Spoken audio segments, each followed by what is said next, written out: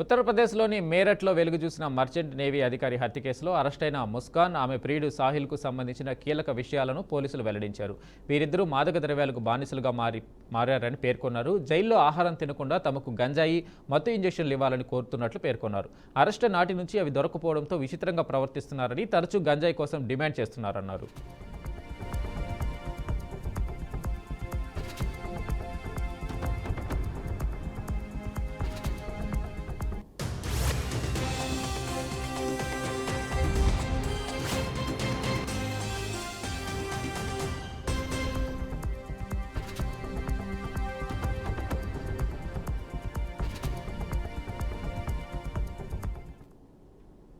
జైలుకు వచ్చిన మొదటి రోజు నుంచి నిందితుల ఆరోగ్యం క్రమంగా క్షీణించడం మొదలుపెట్టిందని అధికారులు పేర్కొన్నారు. దీంతో సాహిల్ను ఆసుపత్రికి తరలించగా అక్కడ తీవ్ర గందరగోళం సృష్టించాడని, గంజాయి ఇవ్వాలని డిమాండ్ చేశాడని తెలిపారు. మానసిక స్థితి సరిగా లేకపోవడం వల్ల వారు తోటి ఖైదీలపై దాడి చేసే ప్రమాదం ఉండడంతో వేరేగా ఉంచినట్లు తెలిపారు.